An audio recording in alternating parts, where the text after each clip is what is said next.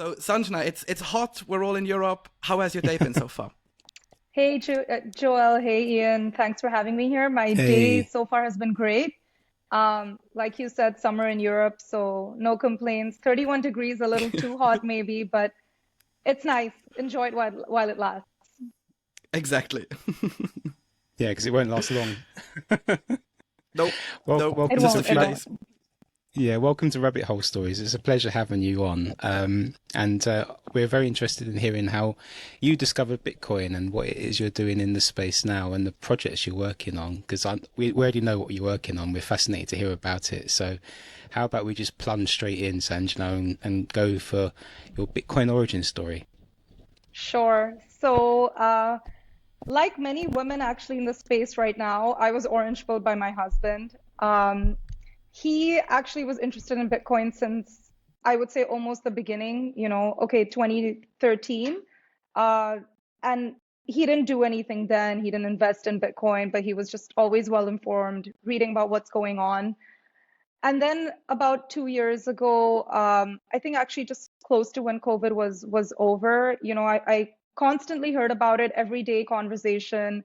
I should have invested in Bitcoin back then.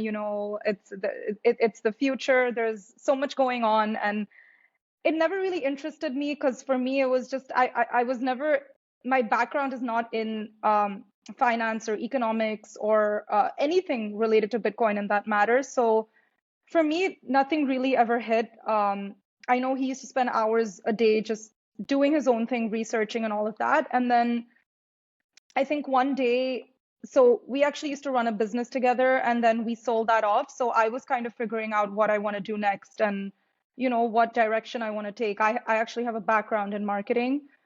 So I took some interest. I said, okay, let's learn about Bitcoin. You're so passionate about it. I'd love to just sit and actually, take some interest and see if it's something for me. Um, so every day we'd spend like 2 or 3 hours. He'd get his big whiteboard out, start teaching me a little bit about Bitcoin. And then something really hit. And then I just saw the way it was adopting. I saw the way the price was going up. There was a bit of interest there. I thought, okay, maybe he is onto something. Um, Started doing a lot of my own research. But then the thing that really hit me the most was not the technical part about Bitcoin. It was not what is a block, what is it made of, what are nodes, how to run your own node. It was none of that. It was a lot of that stuff that interested him. But I think for me, I needed something else that really struck with Bitcoin.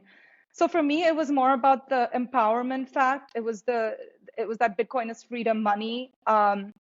It's that it's helped a lot of countries or people in countries where governments are corrupt, where inflation is an issue, where money is an issue. And I heard a lot of stories about Bitcoin there, and I just did a lot of my own research. And I said, okay, this sounds interesting. Let's go down the rabbit hole. Let's do our own research. And then, yeah, now I'm here 2 years later, deeply into the rabbit hole and trying to get more people in there with me now. So yeah, that's kind of my story, my background.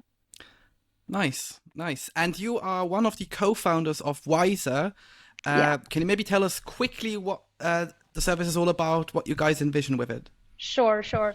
So Yzer is a free gamified Bitcoin and financial literacy app. We're five co-founders at Yzer, two technical co-founders who are from Switzerland, and then there's me, Harsh, who's my now husband, the guy who orange pilled me, and another guy from London. So the three of us work on the product and marketing side.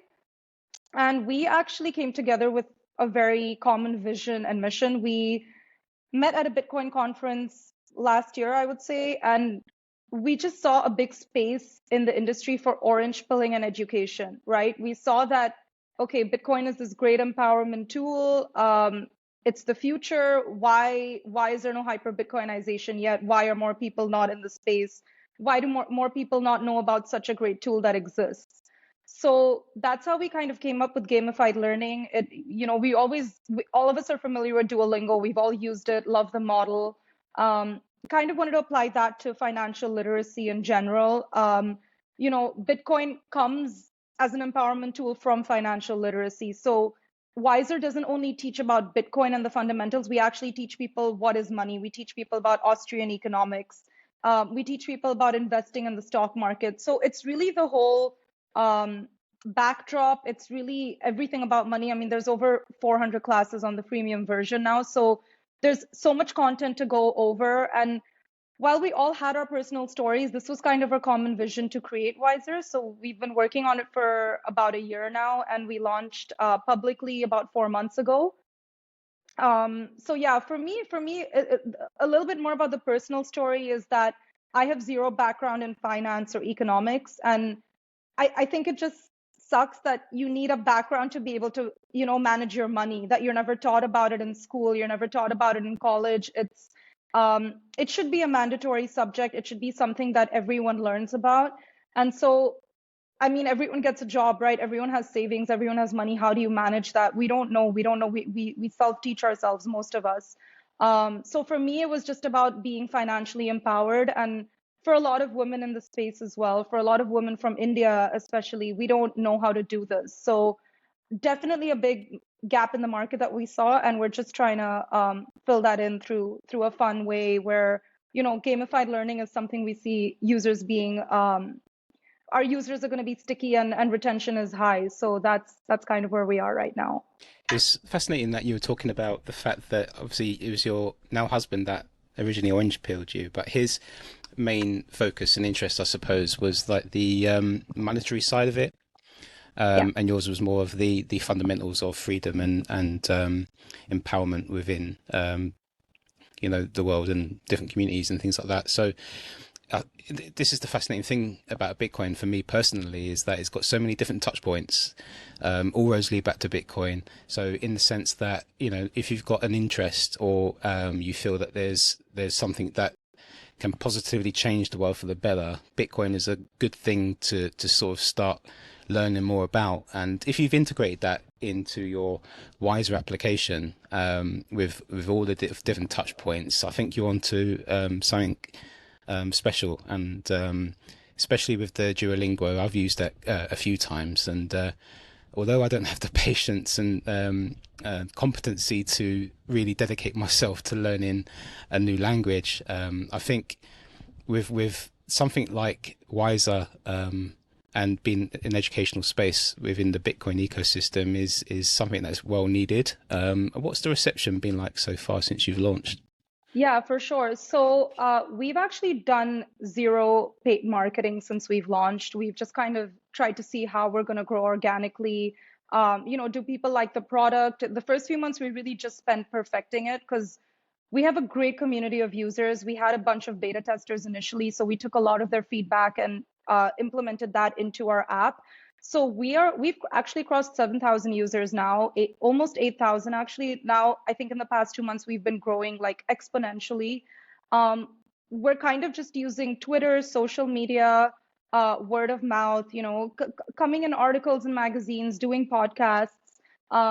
We were featured in the Economic Times in India as one of the as one of the 6 apps that's great for financial empowerment. And we didn't know until one of the users actually told us. So we're not doing too much on the marketing side right now. We kind of want to just see how we are growing organically, and then use that to target specific people when eventually doing ads, right? Like you said, there's so many different target groups in the Bitcoin space, right? And we're going to be using that for personalization and onboarding users onto our app. So even though we have classes on the technical side, on the socioeconomic side, on just how the monetary system is so broken, people need to be orange pilled in different ways. And we see Yzer as the best orange pilling tool. So while it's a Bitcoin and financial education app, it's actually being used as an orange pill service because we don't think that anything like that exists right now, right? Like, we found different ways. We found target groups like veterans. We've even found people in the yoga space, and we found people, like I said, women. Like, everyone has to be orange pilled in such a different manner. And I think really hacking the art of orange pilling these people is the key to hyper Bitcoinization, right? Like, if it's such a great tool, why aren't billions of users in the space yet? It's because we really need to find the right way to get a bunch of different people on board. Like, we're lacking so many women in the space, and I think that's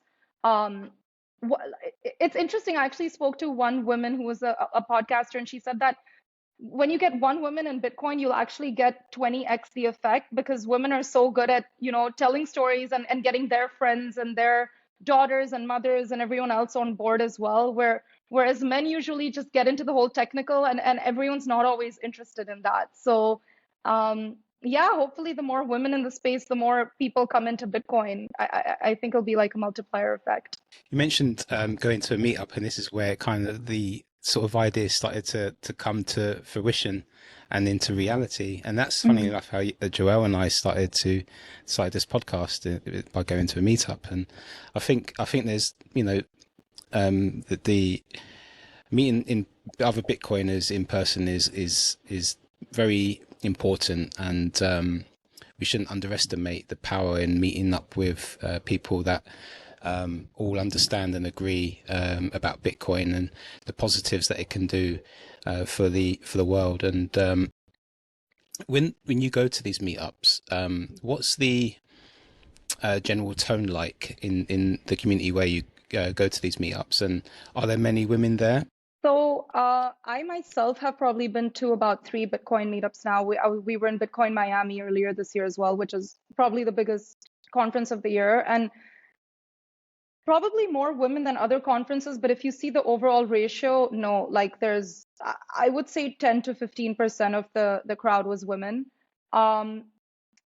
Again, maybe it has to do with a lot of the talks that happen at these shows. A lot of these talks do get quite technical. I personally found the talks a lot more for advanced people, for people who are already in the space. And what we've realized with Yzer as well is that it's much easier to get someone fully into Bitcoin when they even have that 10% interest, right? It's very hard to orange pill someone who's never heard about Bitcoin or who has zero interest in Bitcoin. I mean, I was one of those people, right? When my husband tried to get me in, it took him a while. And I think that is the biggest challenge. It's orange pilling people who trying to make people understand why Bitcoin. And I think for that, you need to go to the root cause and explain that the monetary system is broken, right? Like, yes, people understand what inflation is, what interest rates are, purchasing power, but do they really know what's going on? Do people really understand that the US dollar has lost 97% of its value? No, I don't think so, because when we went for one of these conferences, we were just speaking to a VC, and she said, but okay, Bitcoin doesn't matter to me. I'm from the US. I'm making good money. My money's in savings. It's growing. And I'm like, but you don't realize that it's not, that you're actually losing your purchasing power. And I think so many people need to, like you said, need to be met in person to have like a 10-minute conversation to just be able to say, look, this is the problem our world is facing, your country is facing. The government has control over everything, and money is something that you should be in control of your own money. It shouldn't be in control of the state, right? So that's a message that needs to be conveyed better, and it'll be slow, but we'll get there, hopefully. I think there's also a big part in us doing better to educate generally, because I've also been at Riga just this past weekend, and there've been a few good talks, but like you said, a bit more advanced, also in different concepts, and different things. And I think what's often missing is just the real life connection for normies who get there, and maybe they listen and hear Austrian economics, and there's very rarely someone explaining what's the difference between that one and Keynesian and the different models that you have. Or you do often get the talk like, Bitcoin is a human rights tool. I think we also had a Bitcoin and psychedelics talk in Riga. So you do have different narratives being put out currently, but they're never deep enough for a normal user to sit there. And yeah, let's face it, these conferences, they're great and such, but someone normal who stumbles across them, they're not going to book a ticket and come and figure it out. They do download an app, though, and try and figure out what's going on there. Having said that, though, from your experience, what is something that we as a Bitcoin community can do better in terms of education? Is it providing more content? Is it being simpler in the way we explain things? Or what is sort of the key thing you noticed there? Yeah.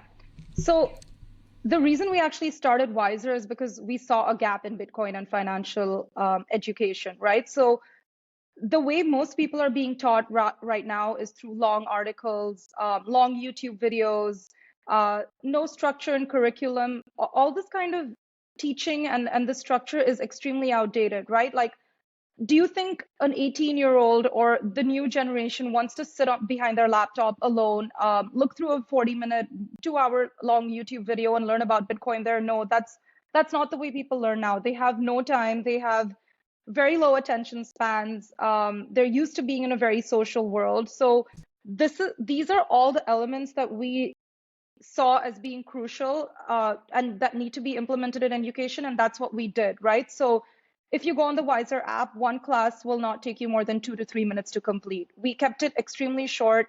We know that people are always on the go, whether they're on their commute or just eating their lunch, they want to be able to learn about one concept, and that one concept should not take them more than 2 minutes.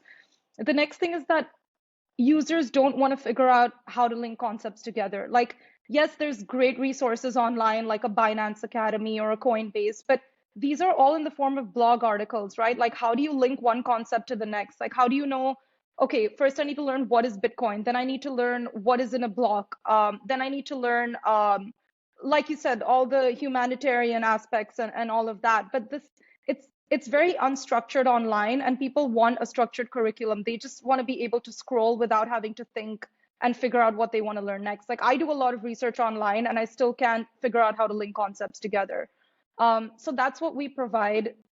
We also we actually reward users with sats, right? So these are the smallest denomination of Bitcoin. So people can actually earn Bitcoin off our app. Now, this isn't a way for users to get rich overnight, but it's a way for users to get instant gratification. It's like that dopamine hit that you get, right? Like, I finish one class in 2 minutes. I take a quiz that's only 7 questions. I have to get 5 questions correct to earn a few sats. So it's always fun. It's a way to earn rewards, but also interact with the community. That's where we bring in the social aspect, right? Like, we live in such a social world, whether online or whether in person, but people like to interact with other Bitcoiners, meet more people like them in the space. So we've also introduced like monthly and weekly leaderboards where you're actually competing with other users. So if you rank in the first 10, you earn a random amount of sats. And yeah, of course, the higher you get, the more you earn. And then the last thing that we've incorporated is the gamification, right? So why are people so addicted to Candy Crush? It's because you have 5 lives, you lose these lives, you get locked out of the app. So we've incorporated something similar where you have 2 lives in your app, and then if you lose a life, if you get questions wrong, you get locked out.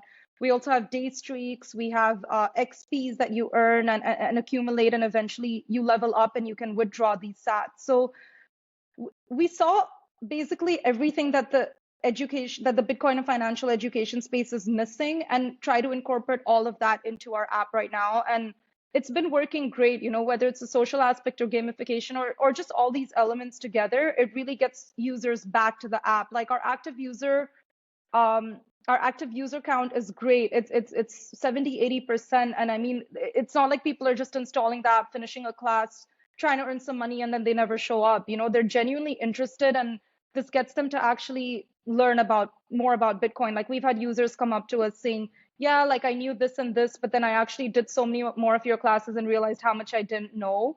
So we really do go into the nuances. And I mean, again, 400 classes in the freemium version is a lot for you to maybe not become an expert, but at least get to the level where you can have a conversation about Bitcoin and understand why it makes so much sense, and why it's a financial empowerment tool. So I've just Great. downloaded the app while you were talking, and wow, okay.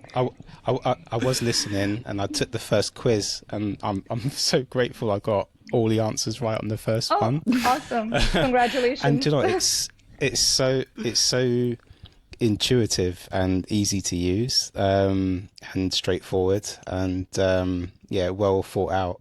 And it got me thinking, like, there's lots of, I mean, you've got the basics of Bitcoin, right? You've got like the known facts about how it operates in the protocol and things like that, but there are things being developed continuously in the space.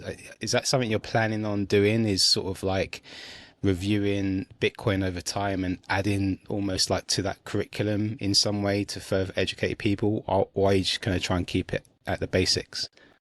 No, for sure. So we're constantly adding content to our freemium version. We do everything in-house. There's 3 people working on the content, and we can push like 2 classes a day.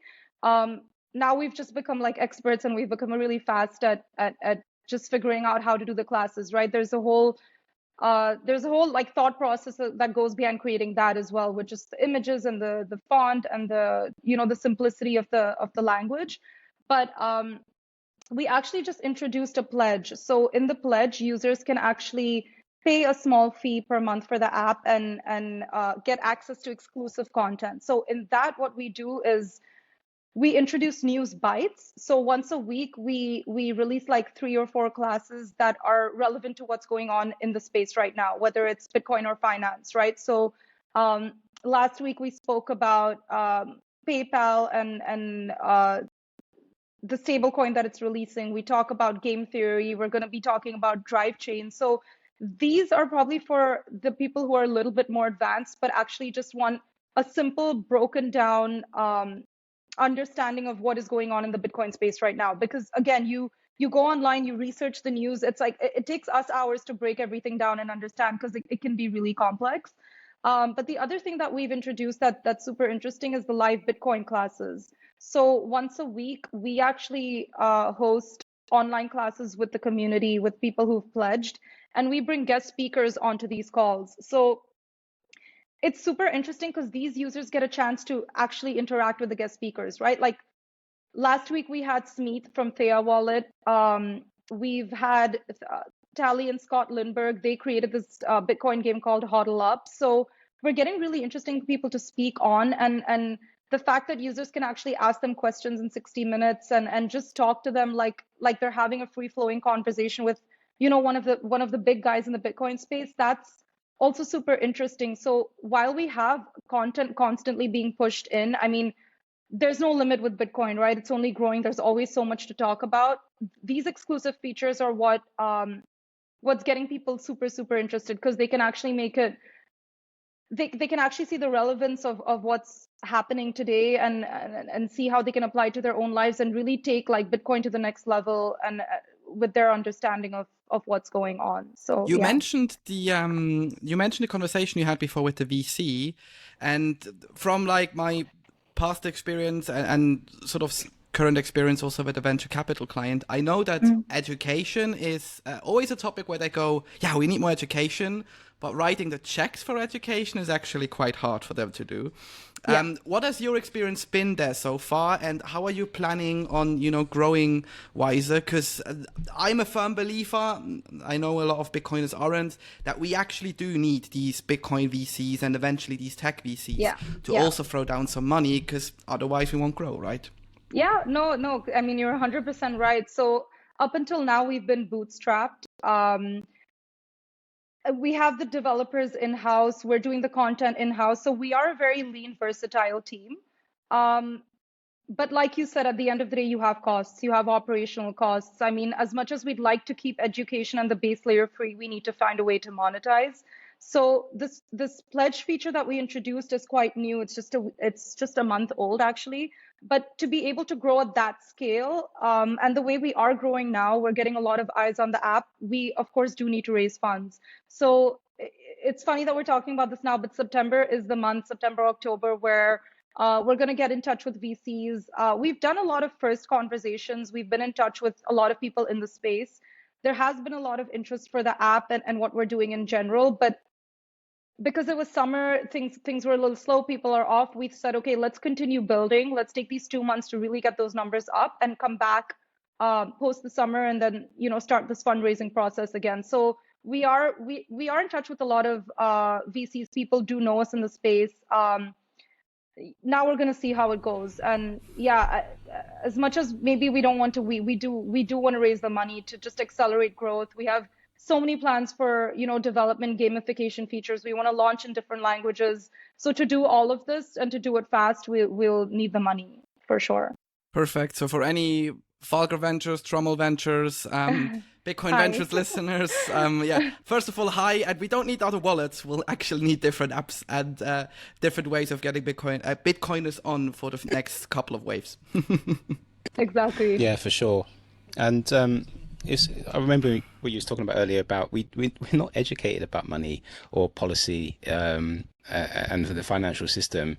And I think, there is an element of, that being deliberate, keeping us ignorant to how it all works in some way. So it's empowering to see there are apps like yourself out there that are trying to bring that education into the space and incentivize people to come in and learn not only about the financial system but about a hard asset like Bitcoin.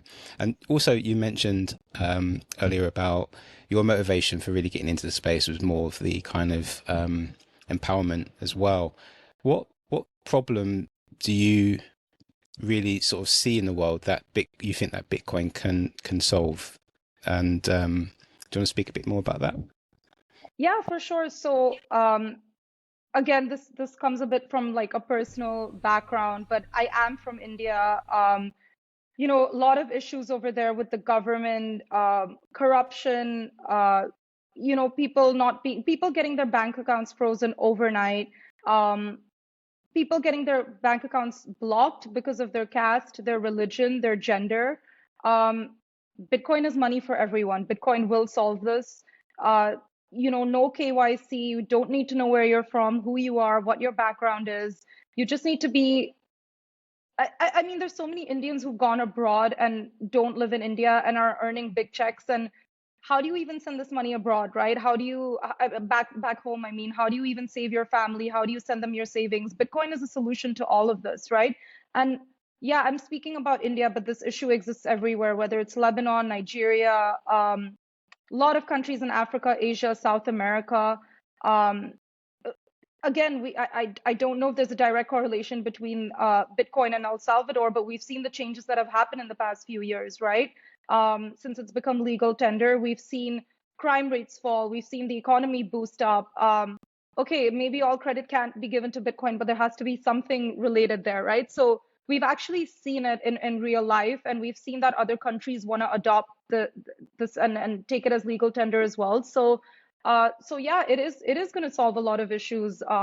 Your purchasing power goes up instead of down. Like it's completely the opposite of what the government does and how money works today. So it's actually a solution for a majority of the economic problems that we face. And this isn't just in third world countries, right? This is in the US, this is in Europe. It's like I don't want to use again third world and first world countries, but people in America, people in Europe, they are ignorant about it because they see that there are no issues in their country, that their government's completely fine. There are no economic issues, that these problems don't exist in their country, but it actually starts from their country. Everyone's following the US, everyone's following Europe. So if they make the changes will follow with the rest of the world as well. Yeah, and I guess these regions that for decades at this point, feel either an oppression, feel left out, at one point they kind of go like, if there's an outlet where we can go down a different route.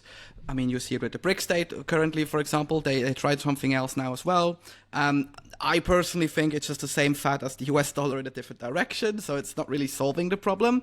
But I think the more people, everyday people, see the difference and kind of realize wherever we go, we kind of effed up anyway. So why not try this Bitcoin thing? And, I think we as a community should embrace this a bit more. We are sort of the weird anarch-cap, or if you want to go anti-establishment thing. Maybe like a punk rock used to be, we kind of are the new punk rocksters now. And instead of sometimes bending the rules a bit, we should just embrace that fact more and go like, hey, if you want a solution now, there is one. Yes, we're building crazy fast to solve these current issues like, the volatility and making self-custody easy and all of that stuff. But if you do want it, theoretically, you can already live outside of that oppressed system without any hassles. Have you therefore also in your user number seen a huge spike, like in India, in the global south, generally speaking, or has your user base been completely off the Western world, for example, or have you also have to growth there? So the majority of our users do come from the US, I'd say 40%. Okay. But right after that, our user growth is highest in India, Nigeria. So I mean, we're not targeting these countries, right? It's not that we're specifically trying to get users from India or Nigeria because we're not doing any paid advertising as such. But I know in India, like just being from there, that the organic effect is so strong and people there have so much potential. They're so hardworking that it's like I went for a blockchain conference in India last year, and there were literally 10-year-olds who knew how to code. They were just learning about Bitcoin, thinking that, okay, this is the future. Whether the government accepts it right now or not, like there's a lot of issues, but they have so much belief that things will get better and that they can change the country. So I think a lot of this does come from countries like India, Nigeria, even Vietnam. We had a lot of people, Philippines, Indonesia, all these countries. Like, I think these are the countries where they see a lot of the problems firsthand and they understand, and that's why they're so eager to be fast with Bitcoin and try to implement that in any way they can, right? Like, it just goes back to the fact that I was saying that the US and Europe, people are a little more ignorant there, that they see Bitcoin as something you can get rich of. You trade it, the price is going to go up. There's volatility. There's, let's be in it for the long term because the price is going to go up. But why is the price going to go up? Nobody really understands that. They're the ones, I think, who actually don't understand the root causes. And a lot of our users come from these other countries because they're the ones that understand. I mean, it's just so evident that their country is going through so much shit, and it's all over the media. So it's not being covered up. So I think that's why growth right now over there is definitely higher. But I see Europe and US following as well. It's just education. Education is key. The minute people are willing to learn and do learn, like, any country can be high in adoption. I think also the current situations you face in Europe and America, or just like the Western world, as we want to call it, for the first time in a while, people have to think about stuff like, oh, inflation has actually ever been around. So, like, why did it take 2%? They're now speaking of 3%, and now it's at 10%. Yeah. Is it the Netherlands that had 20%? I think last year. So, like, you have these crazy numbers at one point where you go, that's not normal. So even us start doing these things. We're still the early ones who, think the system is rigged anyway. So, like, you kind of have that first mover's advantage. But it's great to see that these countries who do not have that advantage catch up. And I guess once funding is in, because that's the number one goal right now, right? You guys are also thinking about translating the content to these different languages, or how do you go about these things? Yeah. So our number one demanded language is Spanish, because we're overall just getting a lot of users from Latin America as well. French as well, Hindi in India. So there's a lot of demand, but there's just, we have to prioritize at some point, and just like, we have a roadmap, we're following that. Again, it's like 400 classes on the freemium version to translate. So we're in the process, we're working it out, but it's translation is one of the keys to hyper Bitcoinization again, right? Like, our classes are in very simple English. So yes, if your first language is in English, you can understand everything we're saying, but what about those other 10 people that you want to onboard or orange pill? Like, we definitely need it in other languages. So hopefully in the next few months, it should be there in at least like 2 more languages, and then we'll try to just roll it out in how many ever we can. We're just trying to find the right tool and the right way to do it. In all the conversation you was talking about the developing worlds and things like that, it reminded me of something that Lynn Alden was mentioning in her new book, Broken Money, and in a recent podcast she did about the book in relation to developing countries, and how it's interesting that these developing countries just continuously to remain developing, and there's only been in history like maybe 1 or 2 countries or regions that have got themselves out of the developing status to developed.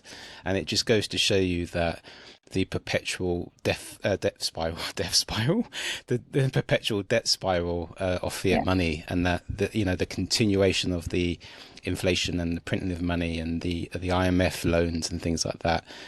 People need to just sort of start to realize that these developing countries are desperately trying to get out of the pit. But that's all. It was just a comment. But one thing also struck me is the censorship by Apple and Google that is going on. Do you worry about your app being kind of red flagged in any way? And have you thought about how you might circumvent that? No, not at all. So sorry, I think the sun is like, you can see like half of my face right now. No, so we don't see that as a problem at all. We've had no issues with Apple and Google so far. Main reason being is because we are not launching our own token. We are not a pump and dump scheme. We don't plan on being there for the short term and launching our own cryptocurrency. And those are really the companies that face the issues, right? Like at the end of the day, we are an education tool. We're not a cryptocurrency company or service. We're not under any red flags anywhere. Even when we're going to start ads and all of that, we have no issues because again, like we are a financial education app, right? There's no reason we should be blocked or censored or any of that. And with the way companies are getting like blocked and red flag uh, left, right, and center right now, whether it's FTX or Binance, it's all services, right? It's custodial services, it's other cryptocurrencies. Like we don't have this issue at all.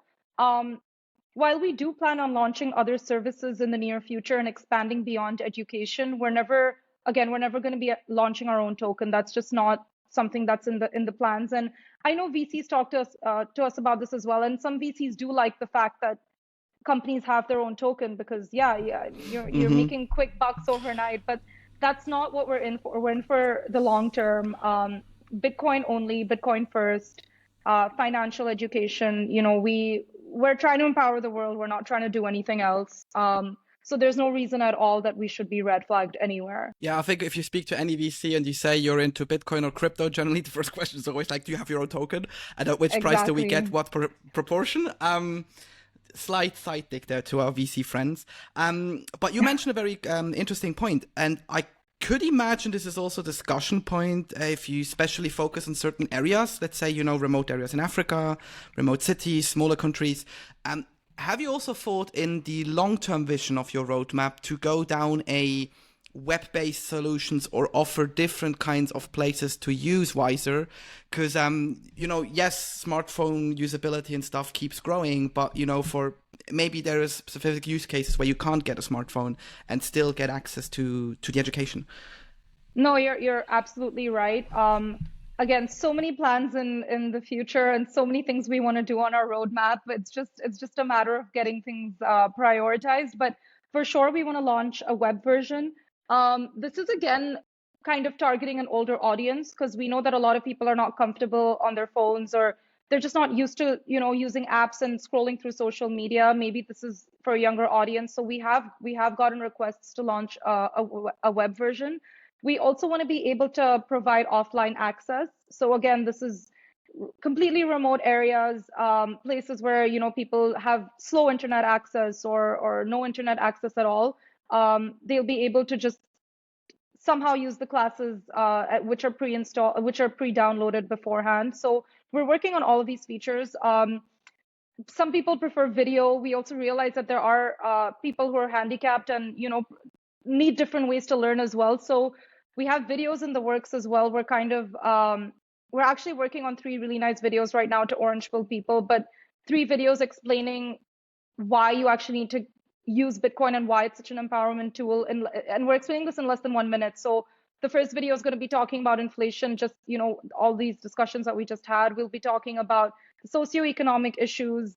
We'll be talking about ways to target different people. So all of this is in the works. It's just so much to do and so little time.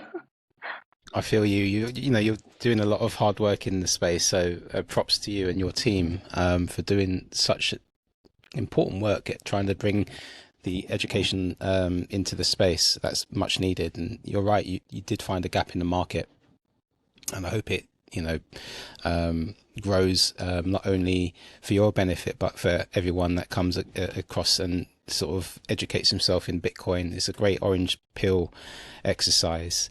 But talking of your roadmap got me thinking about what question to ask you, or what word to come up with our all roads lead back to Bitcoin question that we always do at the end of our show, because all roads do lead back to Bitcoin.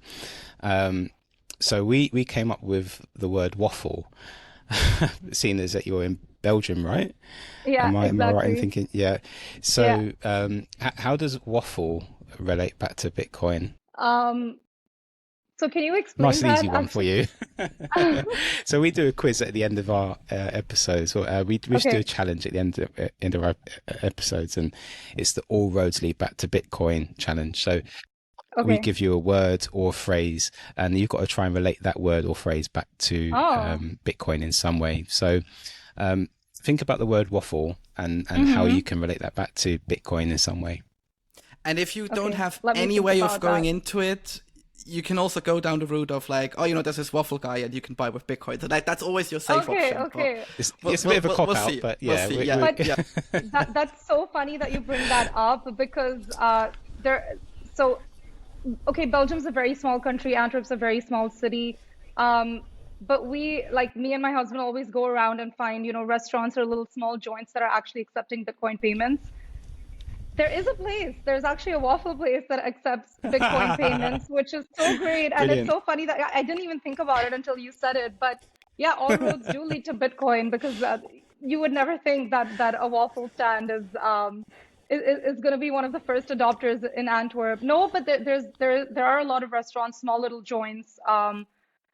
Again, all these people have just come to Bitcoin meetups and been educated, and they're like pro Bitcoin, and now they see it as I don't know why they've adopted it. I don't know how educated they are, but it's something that they do. And yeah, I'm actually going to send you guys a picture and send that information on later. But that's so cool. That'd be great.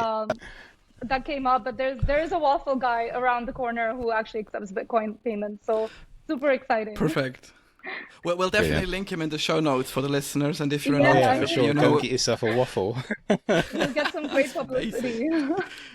maybe. I mean, we could work on, it's going viral and like getting to Amsterdam for the conference. It's not too far away. So that would be exactly. We're going to be in Amsterdam, actually. It's like an hour and a half away from here, not too far. So, yeah. Cool. We'll see you there then. So, you're going to be there. Awesome. Yeah, we'll try and make it happen. But before we get to the end of it, Sanjna, I'm interested. Which conference did you guys decide to launch Yzer? I know we went a bit back and forth there now, but when Amsterdam came up, I was like, could have been that one. Oh, you mean which one we met at? Yes, and from the sound of it, you said we met there and we decided we want to do Yzer. So it was actually Plan B at Lugano last year. Ah, cool.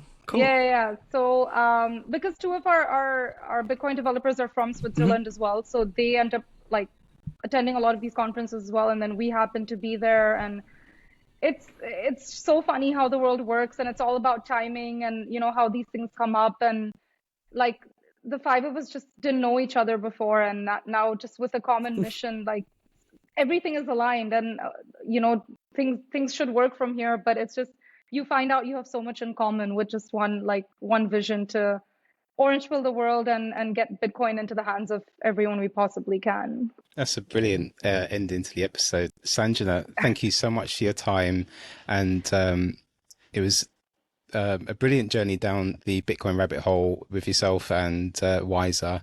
I'm going to go and continue doing this quiz, and I'll hopefully see you in Amsterdam. For sure. Thanks, Ian. Thanks, Joel. It was great speaking to you both. Take care. Bye-bye. Bye.